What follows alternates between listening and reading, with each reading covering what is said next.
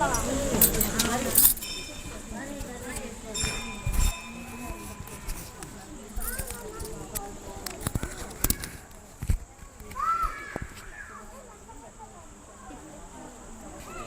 గురుదత్త ఇది బుక్కపట్నంలోని ప్రసిద్ధ ఆలయం అండి. ఇందులో శివాలయము మరియు లక్ష్మీ నరసింహస్వామి, గురు దత్తాత్రేయ, సద్గురు సాయినాథుడు ఉంది.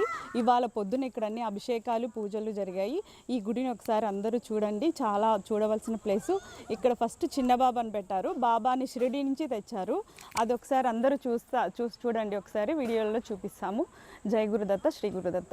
అందరు గుడి దర్శనం చేసుకుందాం రండి.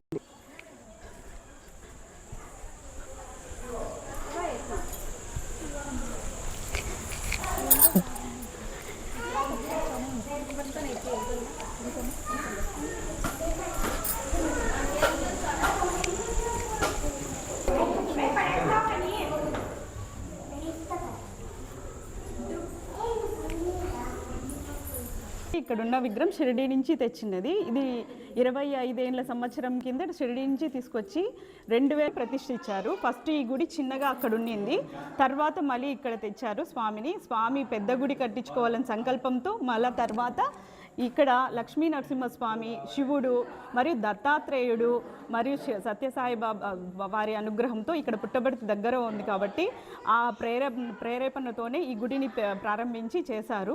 ఇక్కడ స్వామివారిని 25 సంవత్సరాల విగ్రహం అండి. ఇది చాలా పవర్ఫుల్. అందరూ చూడండి, స్వామిని దండం పెట్టుకోండి. శ్రీ మాత్రే నమః. జై గురు.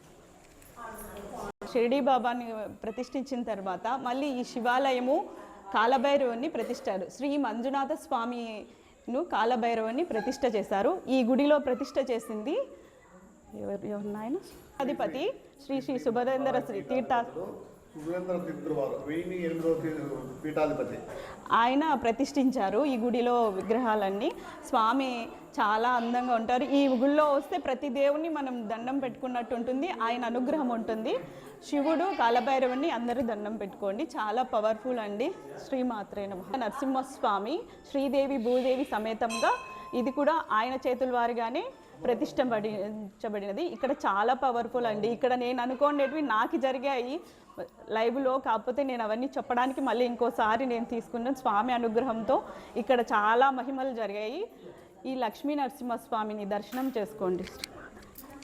స్వామి శ్రీ సాయినాథుడు ఫస్ట్ షిరిడి బాబా వచ్చి కూర్చున్నాక వీళ్ళందరూ రావాలని ఆయన సంకల్పంతో మళ్ళీ దత్తుడు శ్రీ షిరిడి సాయిబాబాని ఇవాళ మార్నింగ్ నుంచి స్వామికి వైభవంగా పూజలు జరిగాయి.